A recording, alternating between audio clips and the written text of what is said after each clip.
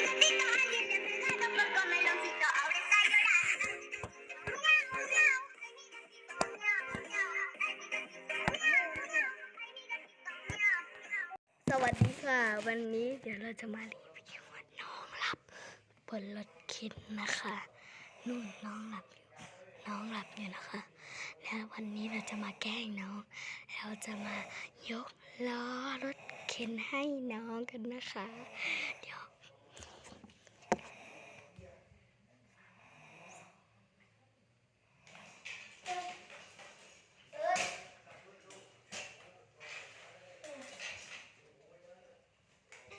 ตื่นตอนเช้าหิวข้าวตาลมใหญ่เป็ดเดี๋ยวทุกคนดูนะครับ